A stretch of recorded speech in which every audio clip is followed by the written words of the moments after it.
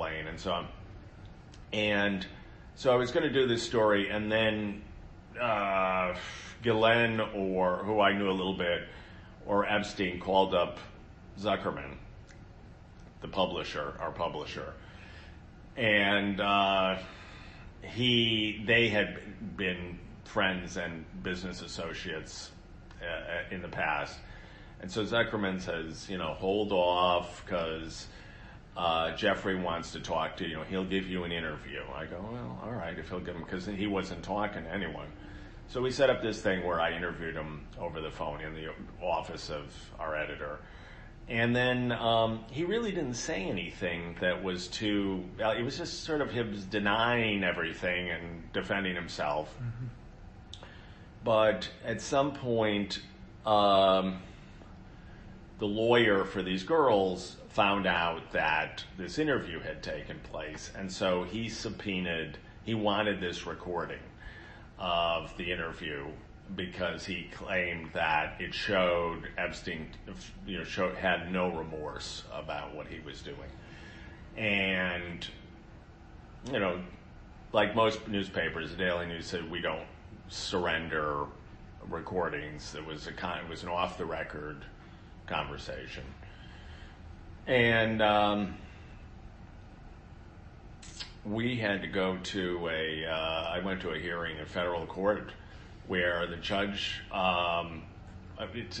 to my surprise, was willing to buy the argument that there was information in this recording that could not be obtained in any other way, and that you should surrender it. And if you don't, he says to me, he goes, "I would bring your pajamas next time."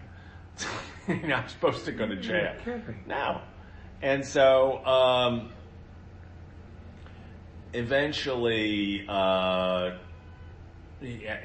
fortunately, Epstein reached some settlement with this lawyer. I have a feeling he paid for the Daily News's legal fees or something just to avert our giving this recording. And it was sorted out, but Zuckerman was not too happy with this. I said, well, what am I supposed to do? I didn't, ask this lawyer to sue us. So. But Epstein was I think he turned into a pretty slimy guy. He was,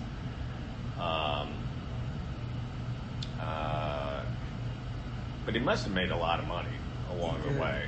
I don't know what. With Wexner. With Wexner. Wexner must have let him in on the deals in a way that was more than advisory. I don't know what he's kind of lying low for now. He was at Bear Stearns. Uh-huh. And there was a girl at Bear Stearns who was very pretty, who was Miss, like Kansas City or something. Uh-huh. And she worked there. And she liked Jeffrey. And Jeffrey in those days was a good-looking young man. And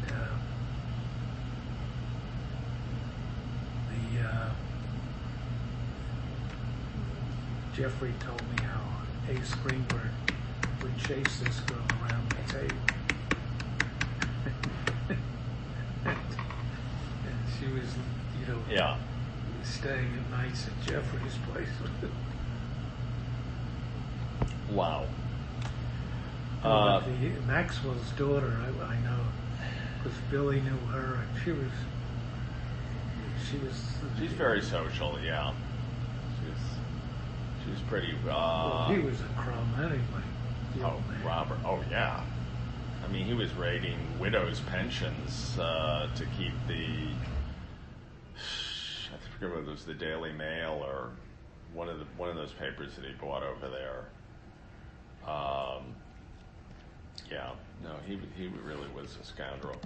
Didn't he die on the boat? They were off of, it was his yacht, they were off of, like the Azores or someplace. Yeah, somebody pushed him over. Yeah, and it was unclear whether he slipped or, it was like Natalie Wood, and, I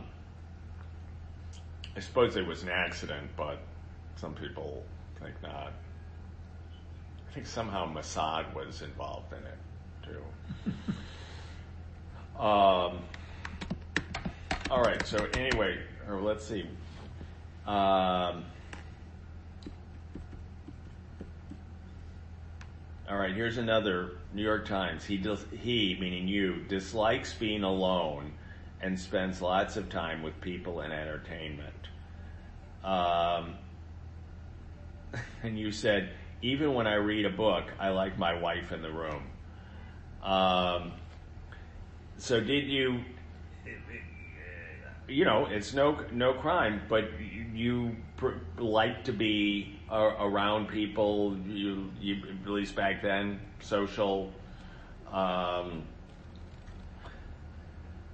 He spends a lot of time with people and entertainment. I don't know why they make this out to be like it's so unusual. You're in the entertainment business, so how strange that he's around people and entertainment. But that's a good line on your part about even when you read a book, you like your wife in the room for company. But maybe that's because she wouldn't stay out of the room. Okay. All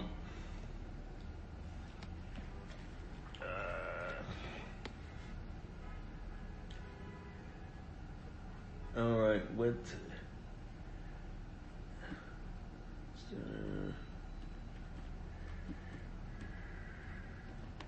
Well, so the bottom line, would you dispute this idea that you don't care what people think of you, or that you were stubborn, or I don't know, that you were Well, if you listen to everybody, the first thing everybody used to say to me, can't you settle this?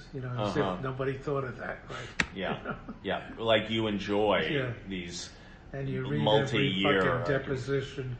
Yeah. You read every complaint and every appeal. Yeah. And you spend your life doing that. Yeah. It's just a horrible thing to go through. Yeah. Jeannie went through it. Yeah. Yeah. And but the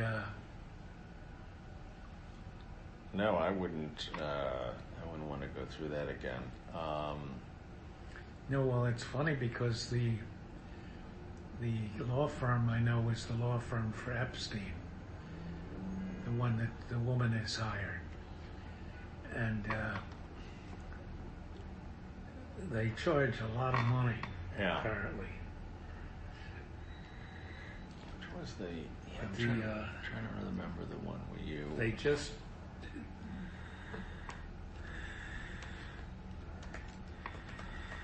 Epstein, Lloyd, yeah, I'm just trying to. Attorneys. No, I mean, I know you didn't.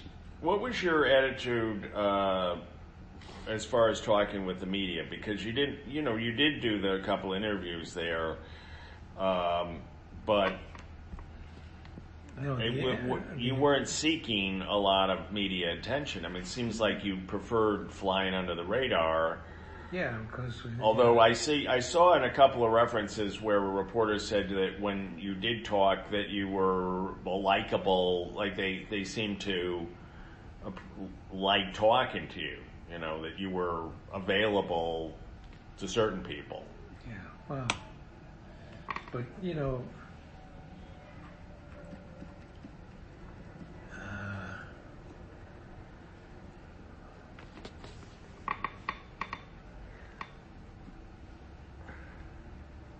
would you generally return reporters' calls?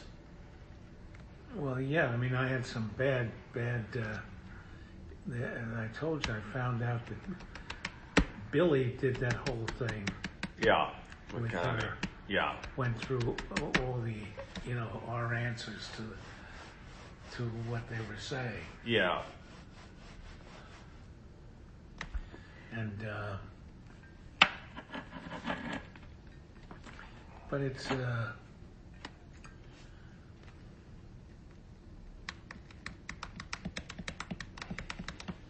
well, I was saying the big thing was that